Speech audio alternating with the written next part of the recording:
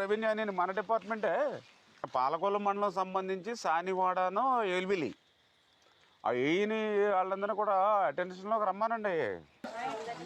ఇందాక సుడి కింద వచ్చింది బాగా.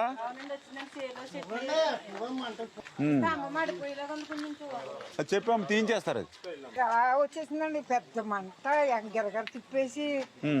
అయ్యి బాబు ఎంత దూరం అండి, ఎంత దూరం భయం వేసుకుంటే ఉంటే ఇంకా భయం వేసేసండి. ఇంకా బయటకు వచ్చేసా అంతలా కొబ్బరాకు ఇలా రౌండ్ తిప్పేసిందండి మొత్తం.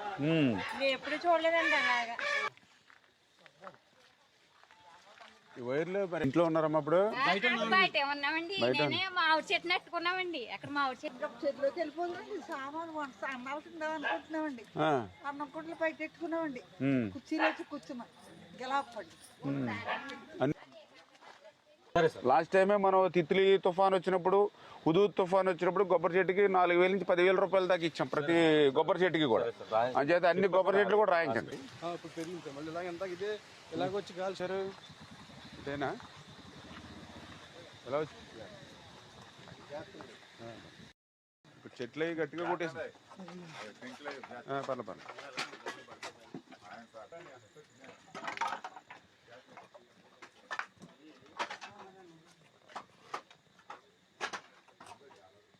మొత్తం అంతా పైన లేచిపోయింది. పై కప్పు లేచి వెళ్ళిపోయింది. ఇంకా సామాన్లన్నీ ఇసిరేసి వాళ్ళు చేసి పెడదాంలే, నెమ్మదిగా చేసేస్తారు గమ్ముని ఇందులోకి. ఎందుకంటే ఇవన్నీ నానిపోయి పడిపోయి ఉన్నాయి. ఆ పిల్లల్ని వాళ్ళని ఎక్కడో బయట ఉండమనండి, ఎవరో ఒకళ్ళు ఇంటి దగ్గర.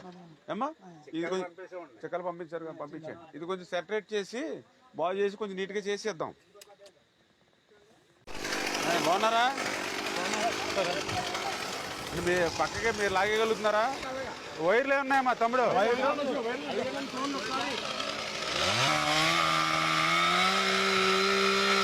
మంచి పని చేస్తారు.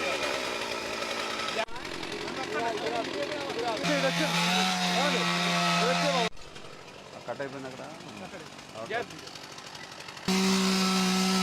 ఉదయం ముందు 5 గంటండి, 5 ముందు 5 గంటండి.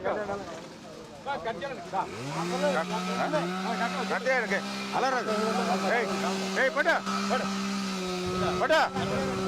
పట్టాల మీరు జాగ్రత్త, మీరు పడిపోతారు.